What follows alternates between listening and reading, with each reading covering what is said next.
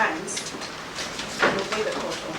Voice your clients and obey the court order. At the Industrial Court Tuesday morning, and the Teachers Service Commission sought to withdraw the contempt of court charges served against the union's top brass on condition that NAT complies with the Industrial Court's directive to call off the strike within 24 hours. NAT lawyer John Baluto, however, told the court the directive was an ambush and a tall order to enforce. For the avoidance of doubt, the orders issued by this court on 1st July 2013 remain in force. While dropping the contempt of court charges, Industrial Court Judge Lynette Ndolo, however, said the withdrawal of the charges was subject to calling off the strike by the officials. A directive the union has no intention of honouring, fueling fears that more learning lessons will be lost. Talking about every day, eight lessons is what a normal learning day at primary level the learners would go through. So if you're looking at 3 weeks, you're talking about 120 lessons that have been lost for the entire 3 weeks, and really nobody can argue that this can be compensated in any way unless by adding on 3 weeks into the calendar of the term.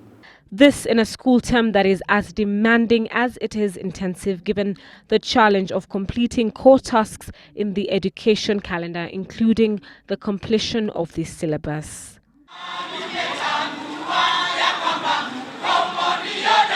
To begin with, there was the 3-week-long teacher strike in September last year that altered the education calendar. As a consequence, national examinations were postponed. But then again, when we opened for the first term, there was the election with us and the nominations, and all that disrupted the education calendar by really so much loss of time. We are talking about close to 1 month. In fact, the Form 1s, because of the delayed release of KCPE results, most of them even reported as late as second term. If there is no breakthrough in the talks, it is the 10 million pupils in public primary schools and an approximated 2 million students in secondary schools who will continue to pay the price as the union and government play hardball. And it's something that is worth a lot of attention, because you're talking about the private students.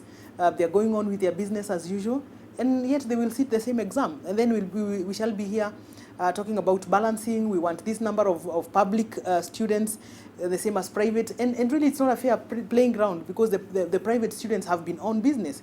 A win-win solution for the public education sector remains elusive. Salim Bilu, Citizen Live at 9.